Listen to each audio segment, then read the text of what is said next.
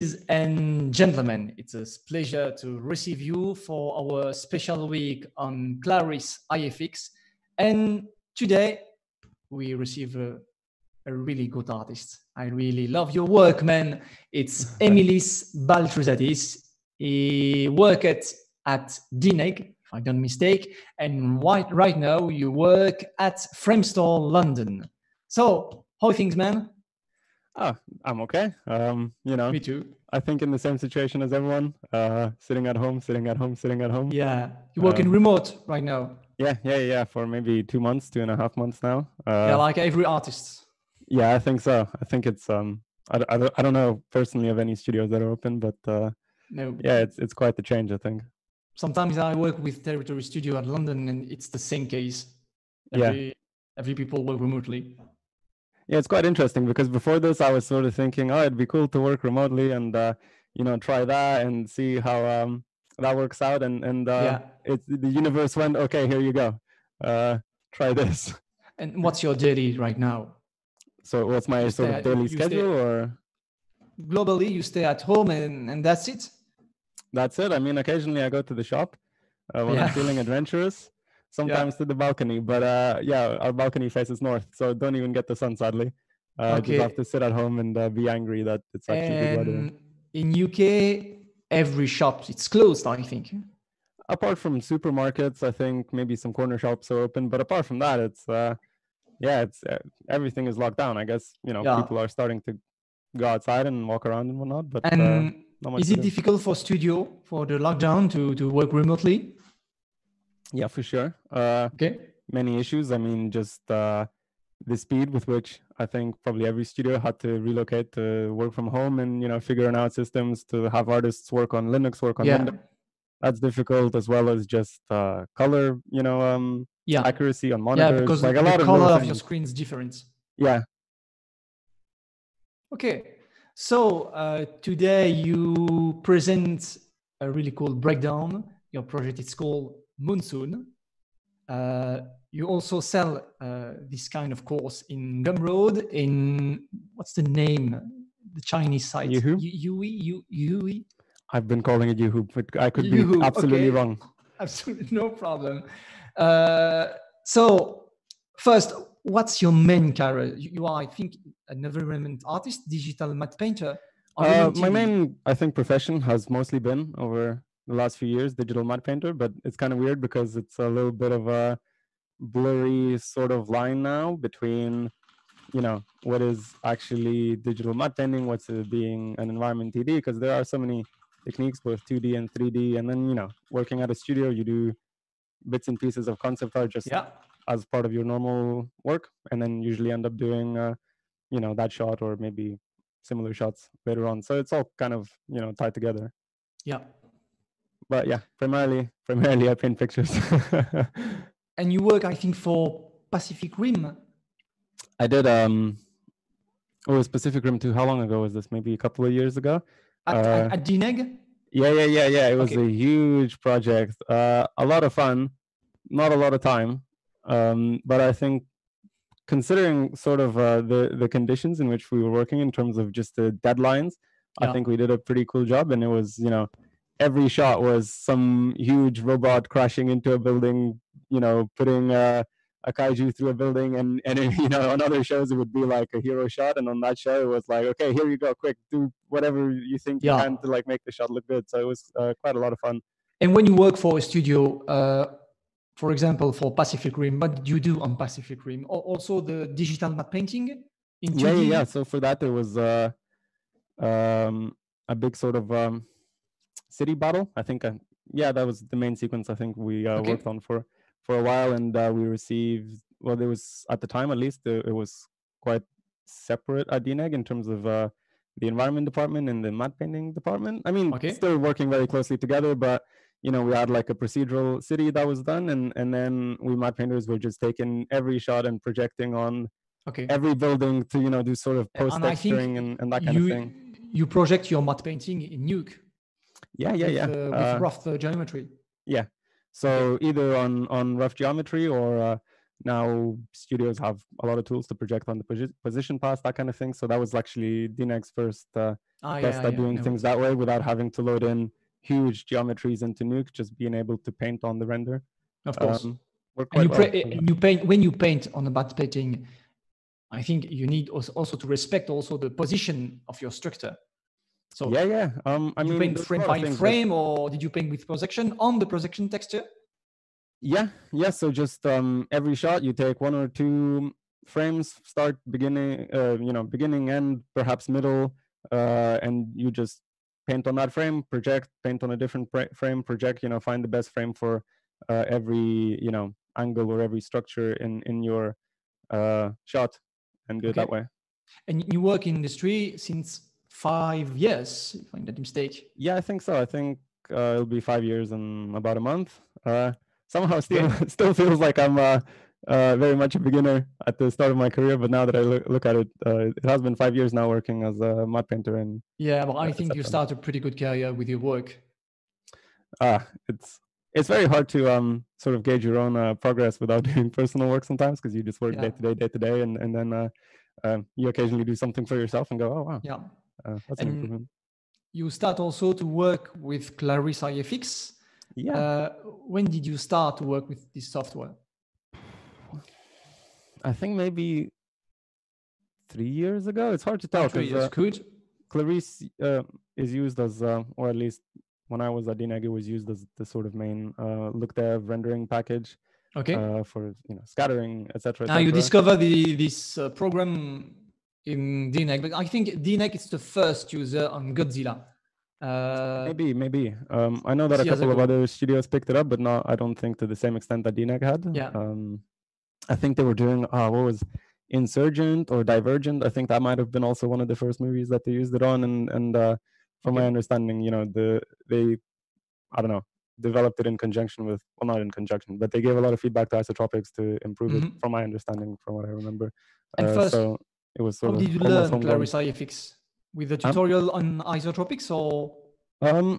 Well, I think I picked up a few bits and pieces just at work, but again, for the most part, I was doing the 2D side of things, especially at the time. And so then I was quite interested in being able to create large-scale environments with a lot of scattering, just things that you would not be able to do in other softwares. So I started experimenting a little bit with it outside of work, and just watching, to be honest, just Google, YouTube tutorials, just bits and pieces, and finding just whatever tip or whatnot I needed at any given point.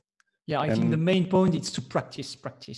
Yeah. And looking back, actually, a lot of my old projects, are huge messes because I was just figuring things out as I was going along. And now looking back, it's like, I could have done this really quickly using some other method. And I'm sure that's still going to happen when I look back on my current project. You go forward a little bit of progress. Yeah. Cool thing. So what's your project now? It's Monsoon. You propose also your project in Gumroad in your account. We have also the link of each resource in the description below us. So we have your portfolio in ArtStation. We have the UE course in English. We have also your Gumroad page, your promo breakdown, and your YouTube overview, and also your show reel in Vimeo. Of course, I see your show reel. It's pretty amazing. Love your work, man. It's been a while now since I've updated it. It's hard to keep up with them, but yeah. No problem. But I think in the next reel we can see a next level. Oh, thank you. So what do you want to show us? I think I see so many scattering cube and surface.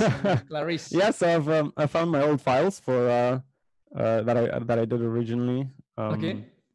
I've got the Clarisse project. I have it in Photoshop and in Nuke, and I can sort of go over all the parts of how I made it in terms of just the general thinking. And what's the first point? How did you start the project? I usually, with this especially, it was originally done for presentation at a Clarisse conference in London. Okay. And I think I can't remember how much time in advance they asked me if I could present something, but I think I had 3 weeks to do this. Okay. And so I sort of had to hit the ground running a little bit with it. So the way I usually start is especially in Clarisse, just start blocking out basic shapes, a lot of scattering on top of scattering, just to get ideas that you might not have thought of. Yeah, to have a rough reference. Yeah, just compositions. And, you know, then I sort of had like a general idea of what I wanted to do. I have some actually folders of my own reference. If I can show them, I'm not sure. Yeah, no problem. If I drag this folder here. Okay, so just some photos from my own trips. For example, here. I think you have also many packages in your Gumroad of really awesome photos for matte painting. I have been for a while, just because I take those photos for myself anyway. So I thought I would try to also share them. And so these I've also packaged together with the tutorial. But basically, you know, I had this set of images where it was from a flight to, I think, Mumbai. And I really liked sort of the details and the atmosphere, the clouds. So this was part of the inspiration. And, you know, it's not that I set out with a particular image already in my head, but I just sort of had maybe a mood. And then, you know, try to find shapes and forms and compositions that I thought would maybe fit. And so I had this set of images. And I thought they were pretty cool. A lot of detail, a lot of this, you know, these roofs, whatnot, ended up in the like final. the scattering. Yeah, it's very similar. And I think I have another folder also from India where I use this more for. You have also a package from India, Himalaya package in your Gumroad. I have a bunch. I took a lot of photos there. This is with my older camera, so not as good as I would hope to have in the year 2020, but this was a few years ago. So I discovered first your work with your photo in Gumroad, because I just searched some reference image and I just discovered your package. I see, that's interesting, because I've always wondered who finds stuff straight through Gumroad, because it tells you, you know, where people found it, and I'm like, oh, this is unexpected. So, but yeah, in addition, I had like all these photos, which I really liked the sort of color palette of the buildings, you know, the white bricks, the red bricks. So, you know, I sort of between, I think these two, not these specific images, but between these two locations, I sort of had a rough idea of what I wanted to do. And also as a slide sheet, I did use assets that I had already made previously for a different project. You know, just. So first you search some reference. For color, for structure, to construct a global ID.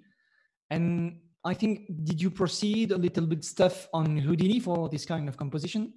Eventually I did some, I think it was volumetric stuff in Houdini, but all in Clarisse. In terms of the layout from the very beginning, the only things at that stage that I had done outside of Clarisse were, you know, just buildings that I modeled in other packages, that kind of stuff. But and you model on Maya or Blender or what else? At the time, I used to use Maya. Now I'm 100% Blender. I've turned into a fanboy over maybe the past 3 months. I think Blender, it's really a software for the future. It's fantastic. It's actually so much fun. You sort of use it and you feel like you're playing around instead of actually working. So at the minute, it's a big favorite of mine. And it's free. How? You need to take it. It's free. Just free tech. And that's great for anyone learning VFX and whatnot. I mean, I know a good matte painter. It's called Jamal Jurabaev. I love this man. I love his work, and he proposed on Gumroad also on his account really pretty cool course on Blender. I can show you if you want. Yeah, for sure. We have also a course on Learn Square Root to learn narrative concept art in 3D, this kind of stuff. Yeah, there's for Blender, there's so many, just because it's free. A lot of people use it, so it's super easy to find and learn.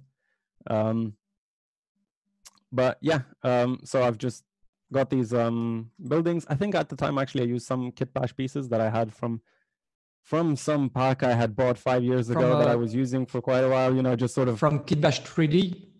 I think it was something, what was that guy's name? Vitaly Bulgarov?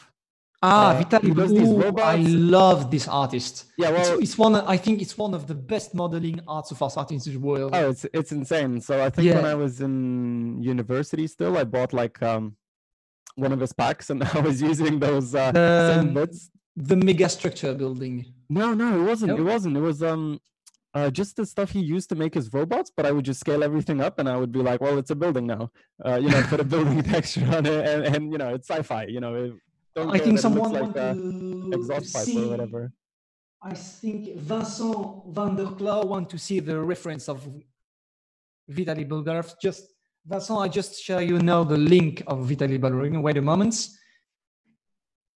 So you study some reference, you prepare your assets, and then you make the composition on Clarisse iFX. So what's the stuff? What's the workflow? What's the first step? The way I work with Clarisse to begin with, and I think, let me just turn most of everything off because this is the project at its very end. So I think if I just get rid of everything but the basics. So I always start off with just some cubes, things like that. Very simple. And actually, perhaps I can make a new instance of Clarisse and just show from scratch, just because this is a very densely packed project already. But if, I would say, if I were to begin, I would make perhaps polygrid. Mm-hmm. And simple polygrid, well, I mean, this is a very basic example, but if you use slightly better geometry, you get better results. It's the same techniques though. So if I make, a box or whatever, and I, super basic stuff in Clarisse, but that's why it's awesome. And if you make when we use just, for example, speed tree with scattering and light and volumetric, you have your scene in Clarisse, and that's it. Yeah, it's ridiculous. And so, if you just scatter some points, and actually this is one thing that I've never found this is again leading back to me having learned this by myself, but I never found the best way when you scale your I think it's object. really the method, because for example, yesterday I called with Damian, it's from isotropics. It prepares also stuff for us for tomorrow. And he explained also the method for scattering. So you have a really good method for scattering. Yeah, I think it's the way. Yeah. So either way, I just make something simple like this and make obviously this is Clarisse 101, but just to show my thinking at the very start, you create a scatterer, point cloud as support, and then you have your box. And honestly, this is pretty much how I start. Even though I guess it seems very simple, you can add some variants. And I sort of start going around, looking through this random composition, and maybe I'll have better geometry, the kit bash pieces. But so overall, you first build your reference with this kind of an angle. Yeah, I mean, I don't even think of, when I start a project, I think of sort of the kind of world I want to show, I guess, maybe. Not to make it sound like I have some amazing ideas, but like I just think, okay, sort of this look would be cool. And then I sort of start looking at compositions. Perhaps, you can copy your scatterer, do something like this. You can do like that. And then on top of that, I will also pretty much always immediately create another point cloud. And I'll select my scatterer. Mm-hmm. You can scatter your scattering. Yeah, so if I then change this. Yeah, it's pretty powerful. But for example, when we did the same thing in Cinema 4D, I think the Cinema 4D, when you go in many level of polygon, it's just crash up completely. Oh, I don't know what kind of deal with the devil the guys at Clarisse made, but somehow this can handle ridiculous amounts. Damian showed me quadrillion of polygon in real time. Yeah. It's completely crazy.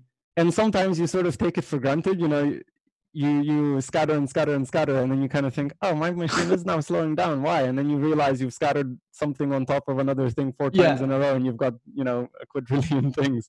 But at least at the start, I just do really simple stuff, a bit maybe more complicated than this, but just, do something random and then find the image instead of trying to plan it, because at least in my experience, I can almost always, find something that I wouldn't have thought of, like, oh, that's a cool angle, and then you sort of work on that and work on top of that. So that's how I usually start, and that's how I started this. I think I did maybe, I don't know, a day of early work on just making basic shapes, and then even taking like a super simple render from Clarisse, flipping it upside down in Photoshop, or back and forth, and just trying to see if you can find something cool, and then you sort of proceed from there. And then you can, like, or at least I sort of start splitting what I have off into chunks. You can bake scatterers and things like that, and then I work on those chunks separately, if that makes sense, just to have like a little bit more control, just so if you have to change something at the end, you're not having to go back to the start, because everything is so dependent on every other thing. It's good to be slightly modular, I think. And the cool thing is, if your setup for scattering is ready, you just need to change the geometry. Yeah. And in real time, you have your update for all of your comp. Yeah. And geometry, and then you can sort of mess with the scale, because I always end up in these early stages just scaling things down, up, and just to see what kind of crazy things can come about randomly. But then at some point you have to go, okay, I got to stick to some sort of realistic scale, so then you can slightly rescale things to be better. And I'm very loose with that. I think I'm not the most correct artist when it comes to setting out my scales and things like that, although I do try. But I always end up tweaking something, maybe accidentally, and going, oh my god, this is awesome. And then I have to like find a way to make that work instead. So to resume first your process, first, for the first step, things first, you collect some reference. Yeah. And I mean, that's a pretty default first step. I mean, maybe even I'll do the cubes first and then look at my reference, and maybe I'll go, oh, this fits better. But more or less, it's a creative process. You can process in a mess totally to find an idea.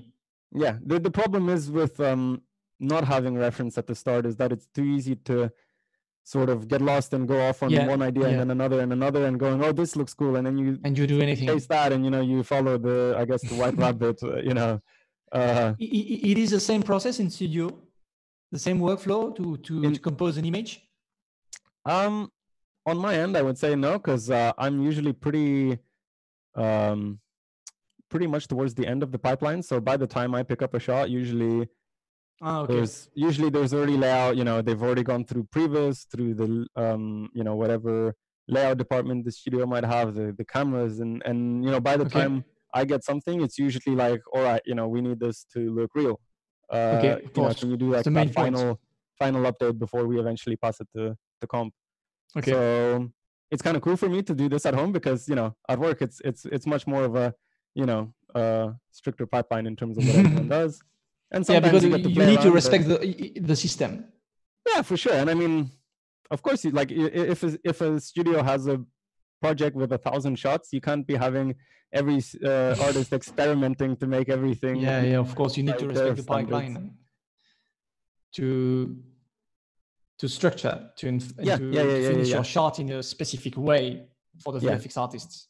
But then that's also why it's nice to go home and just start something from scratch and do things that you don't usually do at work. So, to have some sort of difference between the two, maybe. And then, how do you proceed for your texture, for example, and for your lights? Do you add your texture in Clarisse, or how do you proceed for that? Here we have your rough composition. Yeah. So we see a grayscale value on your screen. Yeah. And how do you proceed for the texture? So I don't go with the texture for quite a while. I work with just gray renders, stuff like this for quite a while. I work out my lighting first, And we have here many IOV for your render? Yeah, just different layers. And so, for example, just so I'm not like skipping steps. First, I would do the basic scattering. And then, if you replace the cubes I used in the example with things like, all right, here's these little houses, here's some trees, that kind of thing, and you start working on the composition that way. But you always want to add a layer of, I guess, manual work on top, because you know, if you make everything using procedural systems, at the end of the day, it's gonna look just like a procedural system, or, you know, unless you've made it really, really, really deep and good, you know, there's some level at which you're going to stop because you've grown tired of the project. So, so at some point I, you know, sort of switched to doing, like, adding things by hand, where I think, okay, you know, perhaps it'd be cool to have some sort of a gate here, or, you know, some specific, for example, here. The palace you showed right now, is it manual placement or procedural placement? Yeah, so that's like manual placement. So then I do a layer of that on top. And I mean, considering it's manual, it doesn't actually take that long. You know, you just place a few things, and it doesn't even have to be that much, because you do have that underlying detail of the scatterer. But it sort of then looks designed, as opposed to, you know, just randomly scattered, which can be, you know, an issue with your work. If you have a billion objects of something, but there's nothing that has a story specifically, then that can also be boring. So I find, like, in Clarisse, I try to do a mix of both, because it's just, you know, the best of both worlds. So I think another good you proceed first for a procedural way, and then the manual way to put your asset in a specific place. Yeah, precisely. I think actually, if I, what's a good example? So if I just show the depth pass here, it's easier to read the shapes, at least. So here I had, like, you know, previously I had some, you know, random scattered shapes, but I thought, okay, I'm going to put this arch I have, and instantly, and also I added the dome here, and instantly, you know, it looks like, oh, okay, you know, it's a design. It's, you know, some sort of city planning or whatever, or just some sort of a human touch. So I think that layer on top actually really, really helps a lot. And I think that's the sort of distinguishing step between, okay, you know, this is kind of cool, to, oh, this is great. You know, when you see people's work on ArtStation, the really good ones have, like, that extra human touch. So, you know, you try to make some sort of sense, make some sort of a story. And along the way, I'll probably be, for example, before I start texturing, and, you know, like, while I'm just doing the lighting or whatnot, I'll often. And why you have pretty IOV in your render editor? Pardon? Why do you have many passes of your layer editor? So, first of all, I tend to split out my HDRI from whatever I think. You have an HDRI for the light. Yeah, so most of my lighting, unless I start trying to be fancy, usually consists of an HDRI and just a directional light. And for most environments, you know, that's kind of like the realistic setup. So I will have both, but I will usually split them out, you know, just so I can render them out separately, and then be able to play around in Photoshop. So I have these two as main ones, and I'll ignore these ones called airships, because that's something I added later on and they're just copies. But then I'll always render out, like, an ambient occlusion pass, just to, again, be able to, like, control the shadows. And also, you know, you're able to make selections of, like, the corners into which you can add, like, dirt, whatever, when you're painting. So it's incredibly useful. Again, the depth. And another thing I'll do is always render the clip map IDs for myself. And nowadays, I think Cryptomat is quite popular, and I do use Cryptomat as well, sort of to, you know, be able to isolate colors and shapes and geometries. But I also pretty much always do a set of my own IDs, which are just RGB. So when you bring this into Photoshop, I'm going to bring this up. I have it here. So for example, I think I had, like 6 IDs.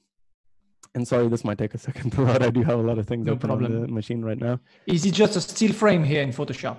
Yeah. So like, first of all, when I made this for the presentation in London, it was just a still image, and I turned it into a moving sequence later on. Okay, because I see in your breakdown 3 seconds of your animation.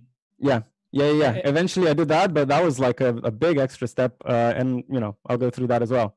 Okay. But originally it was just a still image, and usually when I'm just working with my own stuff, I prefer to just do still images, because it's tough to render all that. At the time I was working on my laptop, it was overheating when I was rendering. And for the animation, how do you proceed? Do you animate a camera in Clarisse, and then you render? Yeah, I think I did the animation for the camera in Clarisse. Okay. But I mean, I'm no animator. It was 1.2.50 frames, 50 frames, you know, whatever it was. It's good. Yeah, you know, stick to what you know sometimes. But like I bring in these Let me check if we have a question. Okay.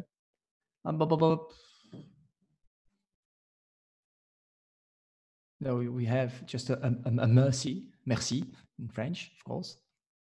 Oh, you can continue, man.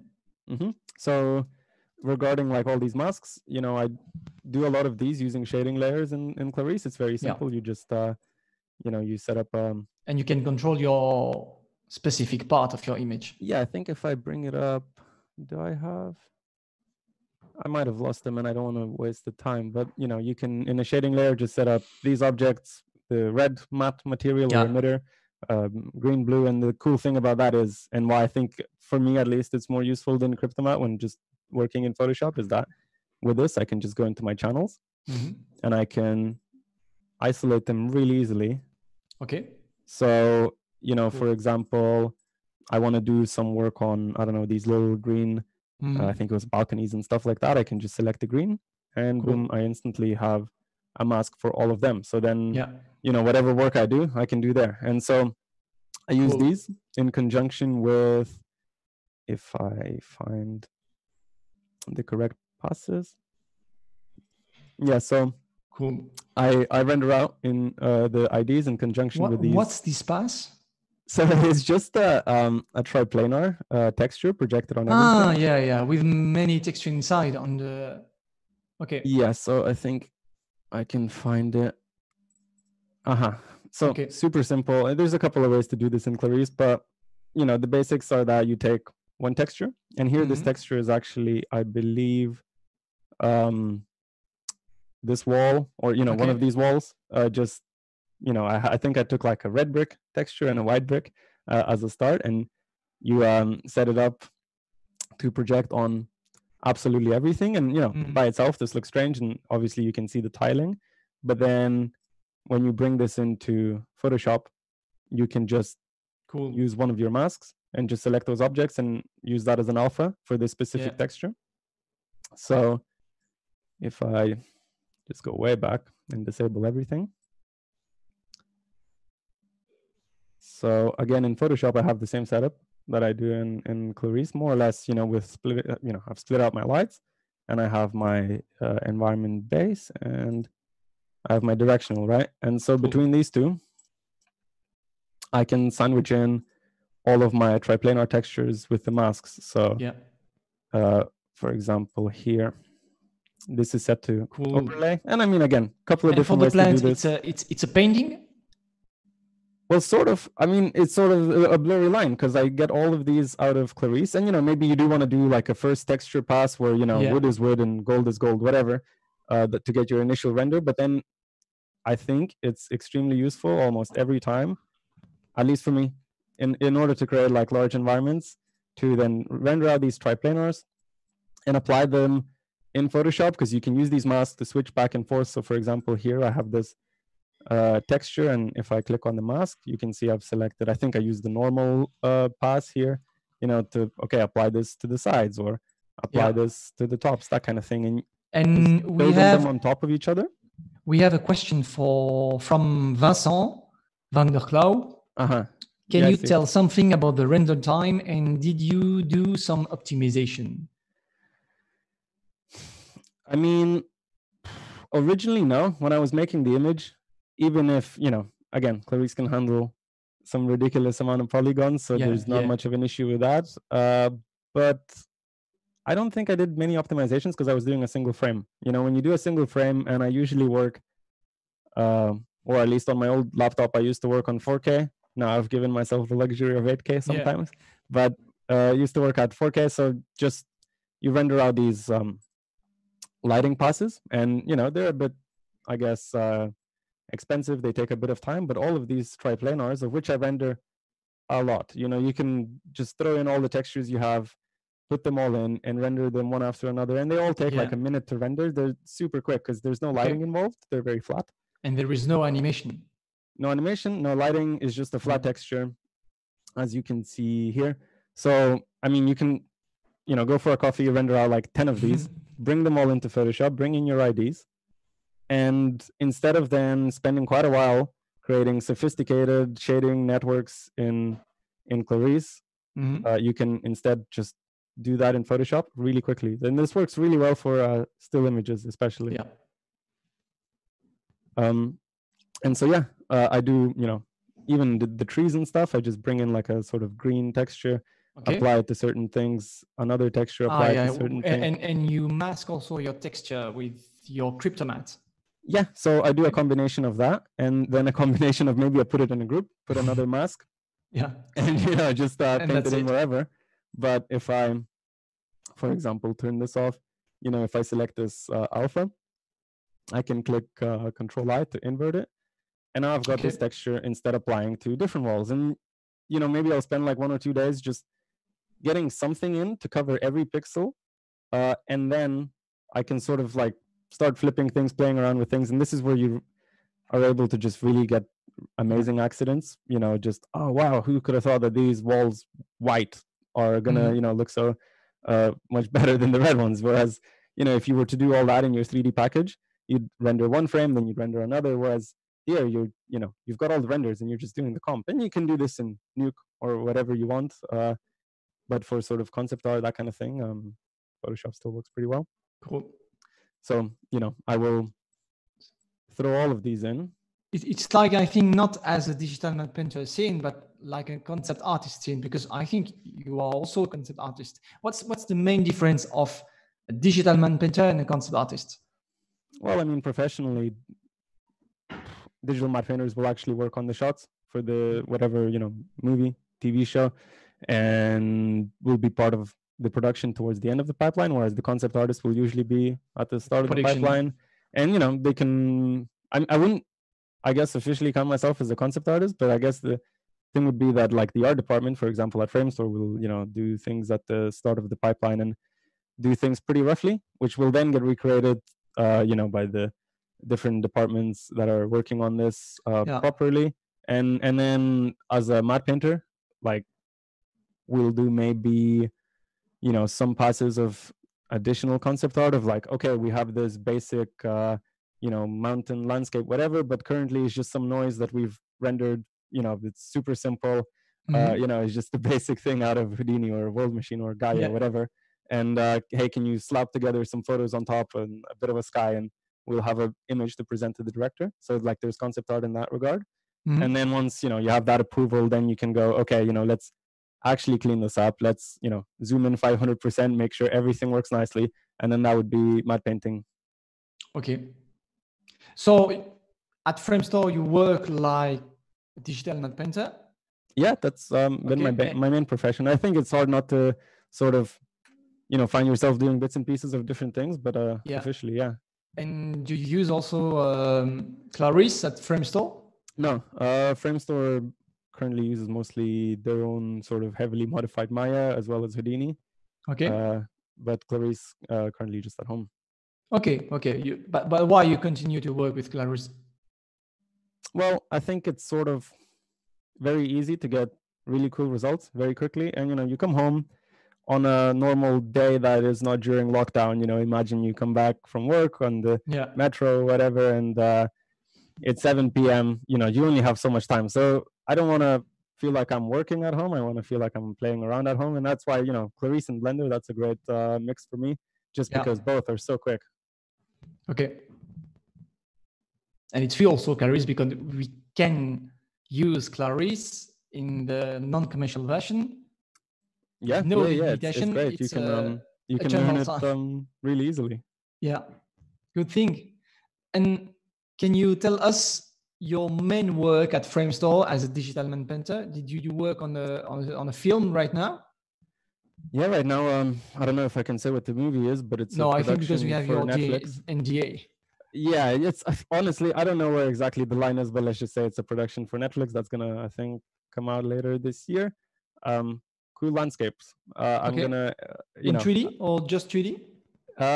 Bit of 3D, bit of 2D, but yeah, like I think that's where I'll put the line, so I don't actually accidentally put some spoilers out. But yeah, just really actually exciting landscapes at the minute.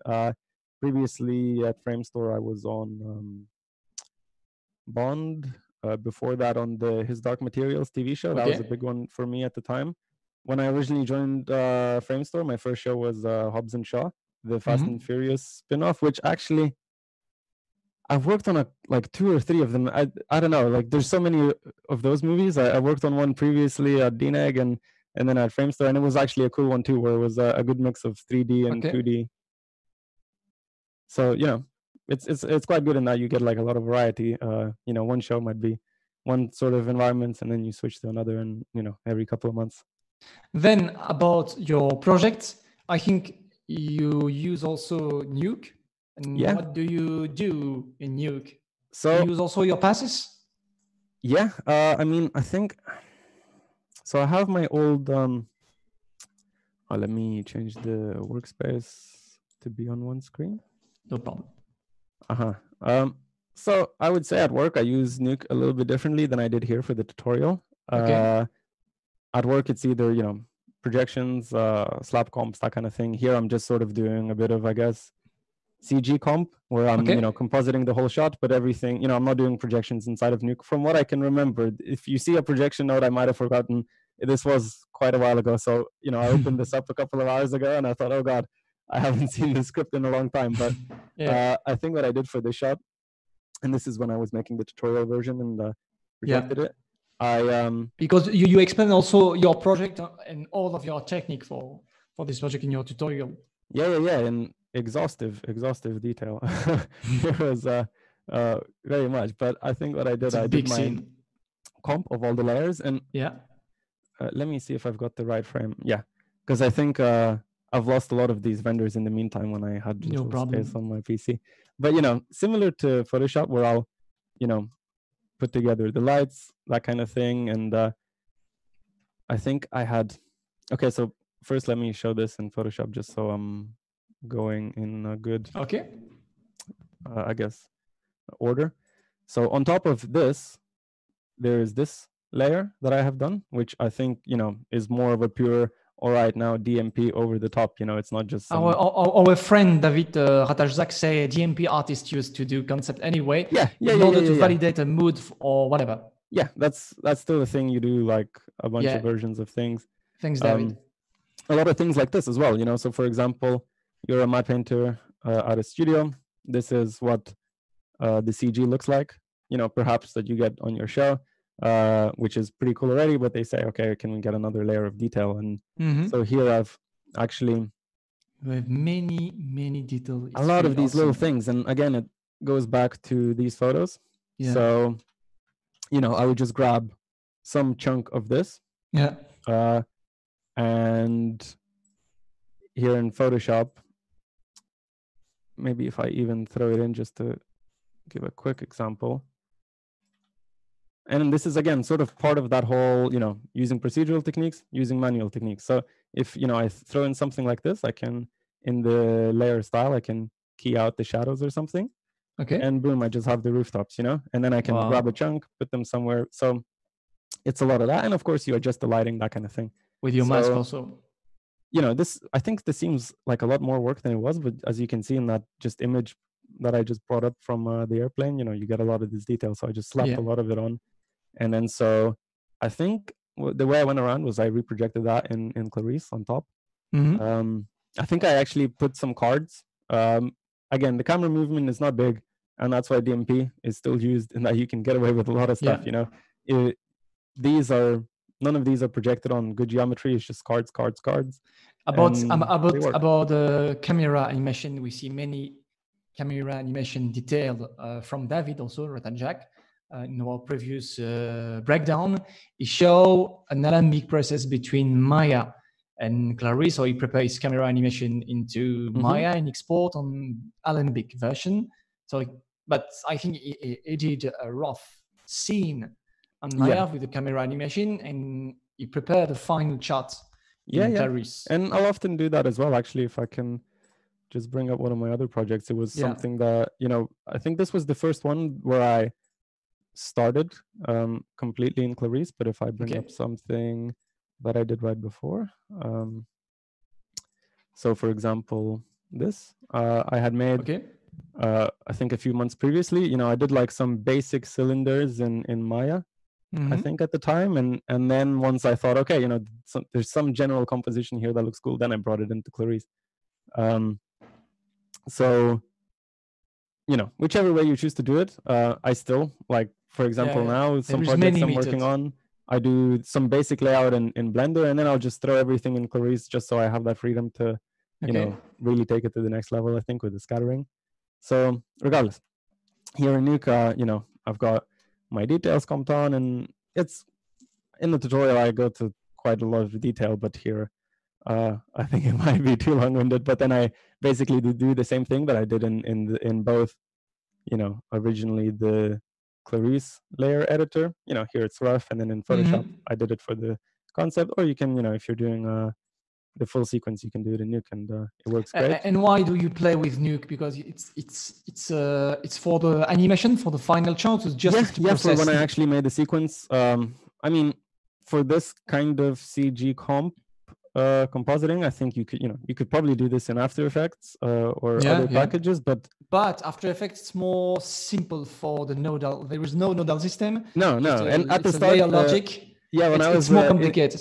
When I was in university at the start, I preferred After Effects because I had used, you know, Photoshop when I was a kid and whatnot. And I was like, oh my God, this is so easy. You can just Photoshop with videos. But then, you know, working at big studios, it's because for example, you don't have the position passes on After Effects. There's a lot. I'm not sure.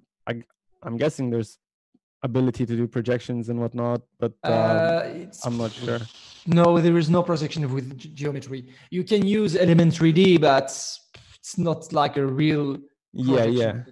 Right? It's not the same process. But actually, that the video copilot stuff is what initially got me to discover VFX, but that was quite a while ago. And then, good thing, guys, video copilot, Andrew Kramer. Yeah, I mean, that's a classic. I think that's where everyone begins usually. You know, like the make a lightsaber at home, and then you're swinging around a stick, like. But here, all the tutorial of video copilot, guys, it's a first step for your learning path.